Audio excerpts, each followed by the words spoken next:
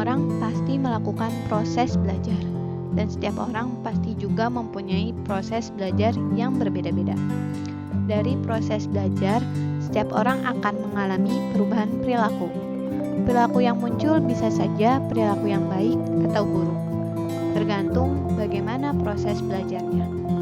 Ada yang belajar dengan cara meniru, seperti anak yang meniru orang tuanya mengaji, kemudian dia juga bisa mengaji. Ada juga yang belajar dari pengalaman sehari-hari. Misalnya, seseorang yang mengalami kegagalan, kemudian dia belajar dari kegagalan untuk bangkit dan sukses. Dan ada juga belajar yang diperoleh dari pembelajaran di sekolah. Nah, kalau kamu sendiri, bagaimana proses belajar yang menunjukkan perubahan perilaku? Mungkin ada nih beberapa dari kalian yang proses atau latihan yang harus diberi penguatan. Karena biasanya ketika kita belajar, perlu adanya penguatan yang dapat merubah perilaku kita. Pertanyaannya, apakah kita bisa mengubah perilaku melalui proses belajar dari pengalaman yang diberi penguatan? Ternyata ada tokoh yang menemukan teori belajar tentang proses belajar dapat mengubah perilaku melalui sebuah penguatan, yaitu B.F. Skinner, merupakan psikolog yang mengembangkan teori tentang operant conditioning. Teori ini mengungkapkan bahwa tingkah laku bukanlah sekedar respon terhadap stimulus, tetapi suatu tindakan yang disengaja atau operan. Skinner berpendapat bahwa perilaku seseorang terbentuk dari akibat respon terhadap lingkungannya atau pengalaman. Untuk itu, hal yang paling penting untuk membentuk sebuah tingkah laku adalah adanya penghargaan dan hukuman. Pendapat Skinner memusatkan hubungan antara tingkah laku dan konsekuen. Lalu, bagaimana penerapan teori belajar menurut B.F. Skinner dalam kehidupan sehari-hari? Mari kita lihat video berikut ini. Dapat kita lihat ketika Ashley diberi perintah oleh ayahnya untuk segera menghantarkan pesanan barang ke Paman George dengan tepat waktu dan aman. Ashley yang selalu melaksanakan perintah ayahnya, akhirnya barang tersebut tiba dengan tepat waktu dan diterima Paman George. Karena Ashley yang telah melaksanakan perintah tersebut dengan baik dan benar, Paman George memberikan Ashley sebuah hadiah kelinci. Ashley menerima hadiah tersebut dengan senang hati. Nah, dari kasus tersebut termasuk positive reinforcement.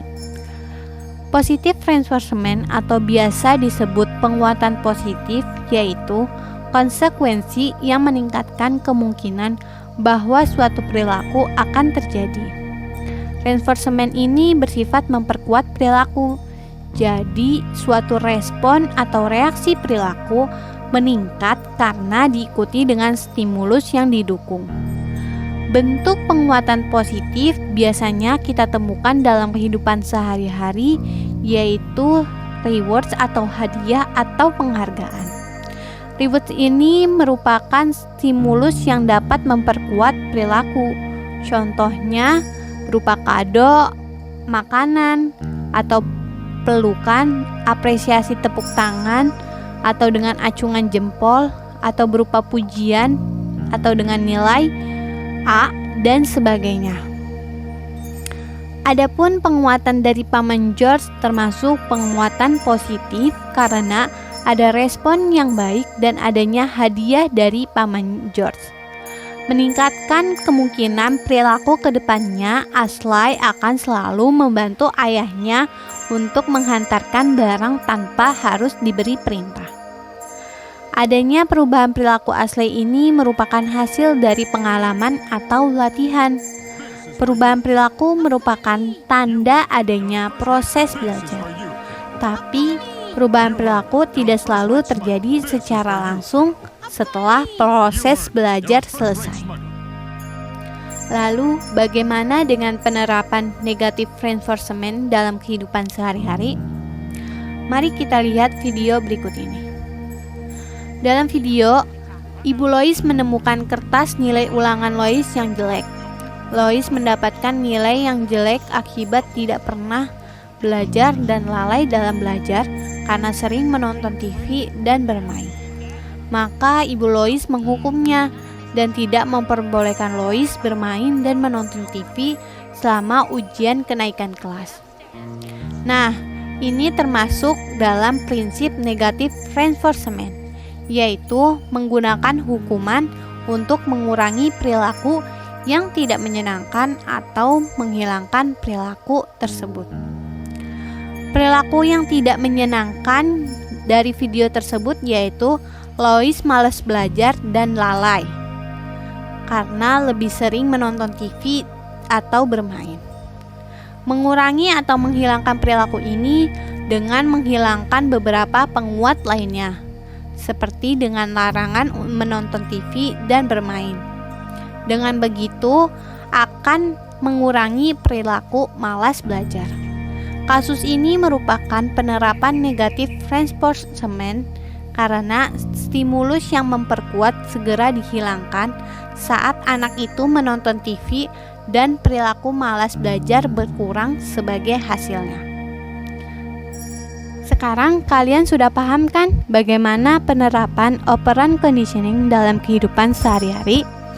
Jadi perlu kalian ingat bahwa positive reinforcement atau penguatan positif itu menambahkan sesuatu, sedangkan negative reinforcement atau penguatan negatif itu mengurangi atau menghilangkan sesuatu.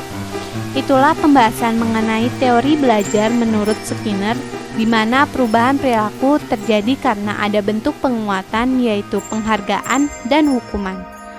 Teori ini bisa kalian terapkan baik di rumah, di sekolah, atau disesuaikan dengan proses belajar masing-masing individu. Nah, sebelum itu ada contoh penerapan teori Skinner dalam proses belajar di sekolah. Mungkin itu saja yang dapat saya sampaikan. Semoga video ini memberikan manfaat untuk kalian. Thank you. Jangan ada yang bengong. Ini siapa aja yang bisa nebak silahkan jawab ya. Tapi pertama harus angkat tangan dulu. Kalau nggak angkat tangan gugur ya. Pakai persiapan ya. Soal pertama nih. 4 dikali 6 sama dengan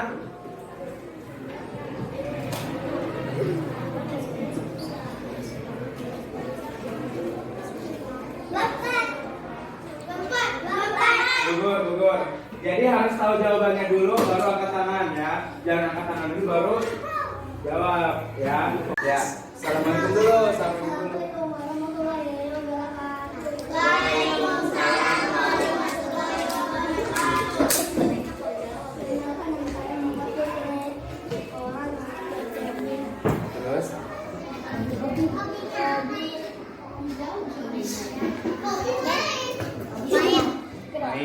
Cita-citanya pengen jadi apa?